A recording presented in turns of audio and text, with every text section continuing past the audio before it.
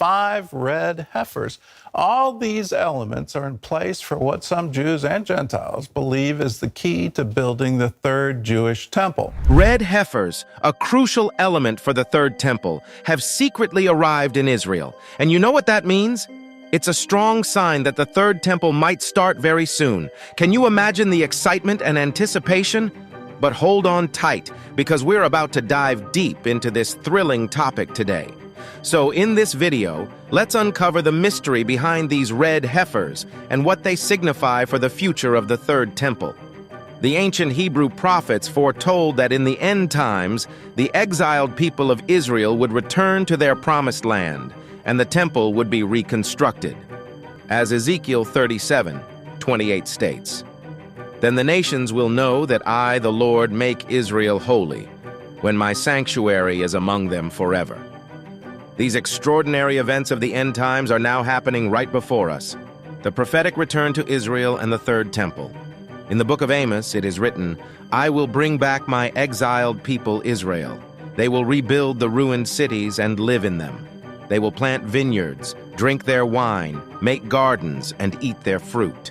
I will plant Israel in their own land, never again to be uprooted from the land I have given them." Amos 9:14-15. This passage highlights God's promise to restore Israel and allow them to flourish in their homeland. Despite skepticism from many around the world who claim that Israel's rebirth is solely the work of humans, Scripture emphasizes that God never intended to reject his people forever. In Isaiah, it is stated, "You, Israel my servant, Jacob whom I have chosen, descendant of Abraham, my friend, you whom I have taken from the ends of the earth, and called from its remotest parts, and said to you, You are my servant, I have chosen you, and not rejected you." Isaiah 41:9. This reaffirms God's unwavering commitment to his chosen people. God's plan has always been to bring the Jewish people back to their land on his terms, not through human efforts alone. As foretold by the prophets, Jewish people are returning to the Holy Land from all corners of the globe after centuries of exile. Isaiah proclaims, "Do not fear, for I am with you. I will bring your offspring from the east and gather you from the west. I will say to the north, Give them up, and to the south, do not hold them back. Bring my sons from afar and my daughters from the ends of the earth." Isaiah 43:5-6. Furthermore, efforts to rebuild the third temple are underway, led by organizations like the Temple Institute and the Temple Mount Faithful movement. These developments align with Scripture's prophecies, indicating the unfolding of God's divine plan for his people and the restoration of their sacred heritage. But why build the third temple? Isaiah 8:18 is written, "Here am I and the children the Lord has given me. We are signs and symbols in Israel from the Lord Almighty, who dwells on Mount Zion." This verse suggests that Isaiah and his children serve as signs of God's presence among his people. You might wonder, if the sanctuary was a copy and a shadow of what is in heaven, Hebrews 8:5, and Jesus serves in the sanctuary, the true tabernacle set up by the Lord, Hebrews 8:2, why consider building the Holy Temple? The Holy Temple in Jerusalem wasn't just a physical structure, but a sacred place where God's divine presence dwelled on earth. God instructed, "Let them construct a sanctuary for me, that I may dwell among them." Exodus 25:8. This dwelling, represented by the Hebrew word shakan, gives rise to the concept of the Shekinah, symbolizing God's presence.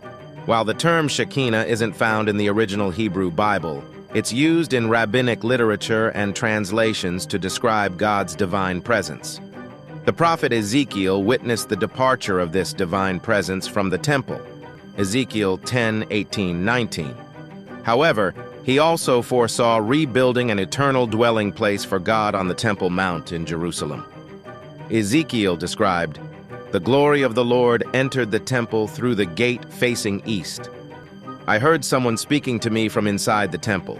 He said, 'Son of man, this is the place of my throne and the place for the soles of my feet. This is where I will live among the Israelites forever. Ezekiel 43:4-7. Rambam, also known as Rabbi Moses Maimonides, a medieval Jewish philosopher and Torah scholar, emphasized the eternal significance of the temple. In his work, Hilchos Bais HaBechira, The Laws of God's Chosen House, Rambam outlined the two main purposes of the temple. Firstly, it served as a place where the divine presence of God was revealed, particularly above the mercy seat of the Ark of the Covenant. This is reflected in Exodus 25:22, where God says, "Above the cover between the two cherubim that are over the Ark of the Testimony, I will meet with you and give you all my commands for the Israelites." The temple also facilitated the offering of required sacrifices. However, since the destruction of the Second Temple in AD 70, the Jewish people have been unable to offer these sacrifices. This has significant implications, as 202 out of the 613 mitzvot, commandments in the Torah, cannot be performed without a temple, as noted by the Temple Institute. As a result, Jewish worship has shifted to local community synagogues and the study of the Torah. Instead of animal sacrifices, they now focus on prayer, tefillah, repentance, teshuvah, and charity, tzedakah. While many believe that animal sacrifices have been permanently discontinued, biblical prophecy suggests otherwise. The prophet Ezekiel describes in Ezekiel 42:13 a future temple where priests will once again offer prescribed sacrifices. This raises a significant question for the Jewish community and all believers in Yeshua, Jesus. Will the next temple, often referred to as the third temple, be the temple described by Ezekiel, where the divine presence will dwell once again? Or will some other presence reside in a different temple? Red heifer, the necessity for the ritual of the third temple. In accordance with the Old Testament law detailed in Numbers 19, the Israelites' purification from uncleanness required the ashes of a red heifer. Because these ashes were essential for the purification rituals conducted at the temple, the appearance of a red heifer today has been seen by many as a sign of the impending construction of the third temple and the return of Christ. According to rabbinical tradition, 9 red heifers have been sacrificed since the time of Moses. However, since the Second Temple's destruction, no red heifers have been slaughtered. Rabbi Maimonides, a prominent Jewish scholar, taught that the 10th red heifer would be sacrificed by the Messiah himself. Recently, the Temple Institute, an organization advocating for constructing a third temple, reported that 5 flawless red heifers from Texas arrived in Israel, which many interpret as a fulfillment of prophecy and a significant step toward building a new temple. The Mosaic Law specified strict criteria for the red heifer. It had to be without defect or blemish and had never borne a yoke, Numbers 19:2. Moreover, the sacrifice of the red heifer was distinct from other offerings as it involved a female animal, was performed away from the entrance to the tabernacle, and was the only sacrifice where the color of the animal was specifically prescribed. In Numbers 19:1-10, the process of slaughtering a red heifer is described. Eleazar, the priest, oversaw the ritual outside the Israelites' camp. After the heifer was killed, Eleazar sprinkled some of its blood toward the front of the tabernacle 7 times. Then, he supervised the burning of the heifer's carcass, adding cedar wood, hyssop, and scarlet wool to the fire. The ashes of the red heifer were collected and stored in a ceremonially clean place outside the camp. These ashes were used in the water of cleansing for purification from sin. The law detailed how the ashes were to be used in purifying those who came in contact with a dead body. They were to purify themselves with the water containing the ashes on the 3rd and 7th days after contact with death. The commands regarding the red heifer foreshadowed Christ's sacrifice for believers' sins. Jesus, like the red heifer, was without blemish. He was sacrificed outside the camp, just like the red heifer, Hebrews 13:11-12. And just as the ashes of the red heifer cleansed people from the contamination of death, the sacrifice of Christ saves believers from the penalty and corruption of death. The red heifer ritual, as outlined in the Mosaic Law, was relatively straightforward. However, over time, Judaism added numerous standards and extra criteria. Talmudic tradition delves into specifics such as the type of rope used to bind the red heifer, the direction it faced during slaughter, the words spoken by the priest, the requirement of wearing sandals during the ritual, and more. Rabbinical rules outlined various disqualifications for a red heifer, including if it had been ridden or leaned on, if a garment had been placed over it, if a bird had rested on it, or if it had 2 black or white hairs, among other conditions not mentioned in the biblical text. According to the futurist perspective of eschatology, Jerusalem will have a 3rd temple. Jesus prophesied a temple desecration during the tribulation, indicating the need for a temple to exist for such an event to occur. Matthew 24:15, cf 2 Thessalonians 2:4. If those responsible for dedicating the end times temple adhere to Jewish law, they will require the ashes of a red heifer mixed with water for ceremonial cleansing. If a blemish-free red heifer has been found and is in Israel, this could be seen as another piece falling into place to fulfill biblical prophecy. Scripture explicitly contrasts the red heifer ceremony with the greater sacrifice of Christ. The ashes of a heifer sprinkled on those who are ceremonially unclean sanctify them so that they are outwardly clean. How much more then will the blood of Christ, who through the eternal Spirit offered himself unblemished to God, cleanse our consciences from acts that lead to death so that we may serve the living God. Hebrews 9:13-14. Arrival of red heifers. 5 perfectly red heifers, necessary for the ritual purification of individuals who have come into contact with a dead body, have arrived in Israel from a ranch in Texas. This event marks a significant step in the preparations for the construction of the 3rd temple in Jerusalem by the Temple Institute. These heifers, all under 1-year-old, must remain entirely red and free of any blemishes to be considered eligible for use in creating the ashes required by Jewish law for purification rituals. This level of purification is crucial for allowing the Kohanim priests to perform their duties in a future temple. Upon their arrival, the prized cattle were taken to Haifa, where they will undergo quarantine for a minimum of 7 days per the Israel Veterinary Authority regulations. After the quarantine period, they will be relocated to 2 separate locations in Israel, one of which will eventually be accessible to the public. The heifers will receive proper care and nourishment at these locations until they reach their 3rd year. At this point, they will be slaughtered and transformed into the necessary ashes. The heifers were brought to Israel with the assistance of the Bone Edge Israel organization, which includes Jewish and Christian members. Byron Stinson, a Texas rancher who serves as a fundraiser and advisor for the organization, raised the cattle. Upon their arrival, a ceremony was held at Ben Gurion Airport to welcome the heifers.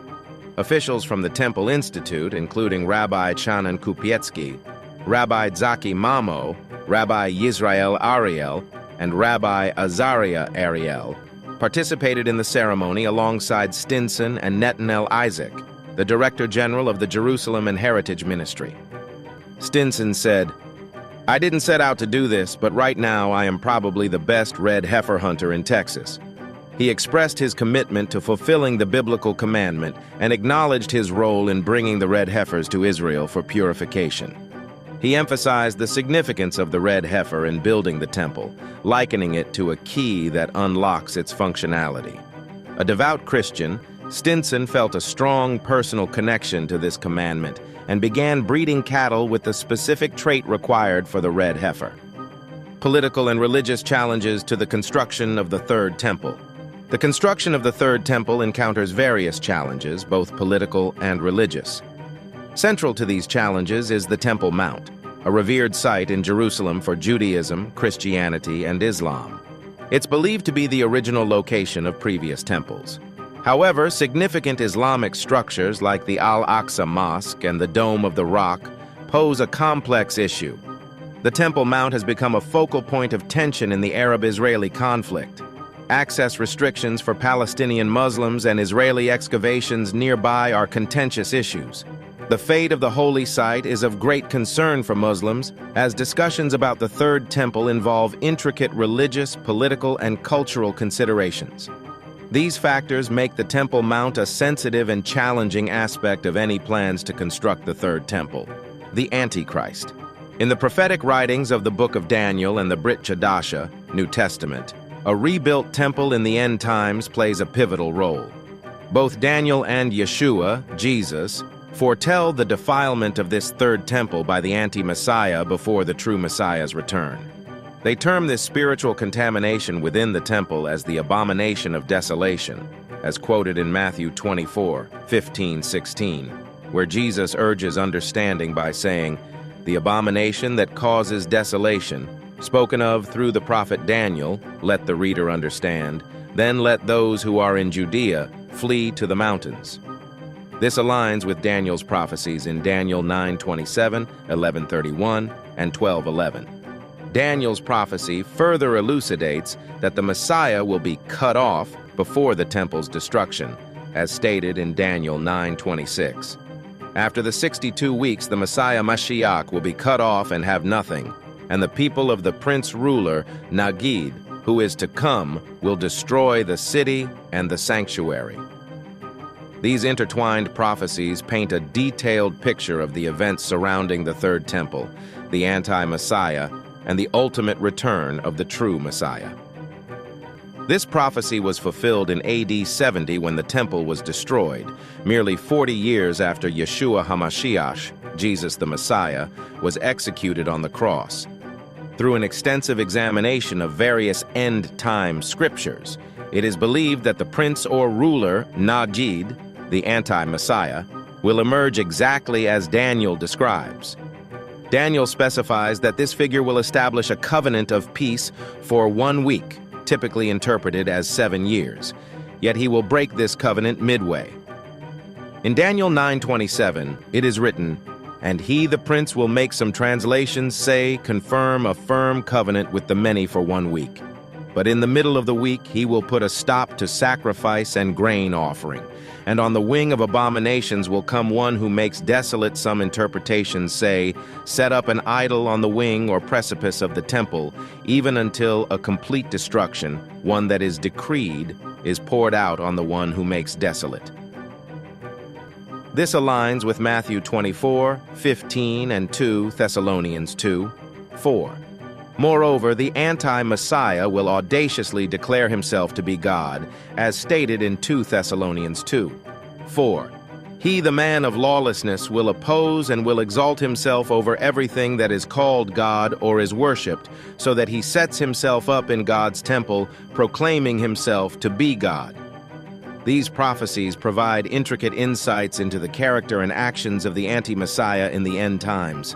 Under construction.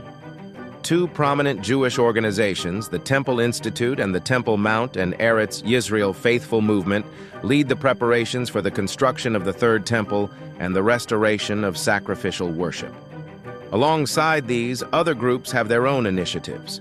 One proposes erecting a tabernacle-style tent on the Mount, while another advocates constructing a synagogue in a corner of the platform. Chaim Richman, the director of the Temple Institute, emphasizes the practical aspect of temple construction, underlining the religious obligation to build the temple, referencing Exodus 23:8, and asserts that Jews should adhere to all 613 mitzvot, including those that necessitate a temple. Also, in his discussion of the significance of the Third Temple, he expresses profound beliefs about its spiritual and universal importance. He suggests that the temple will serve as a beacon of divine light, symbolizing the return of the Lord's divine presence to the world, which had departed with the loss of the Temple Mount. Additionally, he envisions the temple as a unifying force, reconnecting all of creation and enabling humanity to establish a direct and dynamic relationship with God, thus facilitating the realization of individual potential. However, while these aspirations hold deep significance, insights from Daniel 9:11 and the Brit Chadasha present an alternative perspective on the temple's role in prophetic events. Despite this, preparations for the third temple persist. Ritual garments and sacred vessels have already been meticulously crafted, including the iconic golden menorah and Levitical musical instruments such as silver trumpets, lyres, and harps, intended for worship akin to that of King David over 3 millennia ago. 1 Chronicles 23:5. The Temple Institute School is engaged in a unique endeavor, training certified Cohen, who are DNA-tested descendants of the high priest Aaron, to fulfill the sacred duties within the temple. This meticulous training ensures that individuals with the appropriate lineage and qualifications are prepared to carry out the intricate rituals and responsibilities prescribed by tradition. Furthermore, a crucial element in the preparations for temple service is breeding the red heifer in Israel. This specific breed of heifer is designated for sacrifice in a ritual purification process essential for priests and sacred vessels. By undergoing this purification, they become ritually clean and are thereby enabled to enter the holiest of holy areas, considered the most sacred space on earth according to Jewish tradition. So what do you think of the red heifer's arrival in Israel? Comment below and subscribe for more.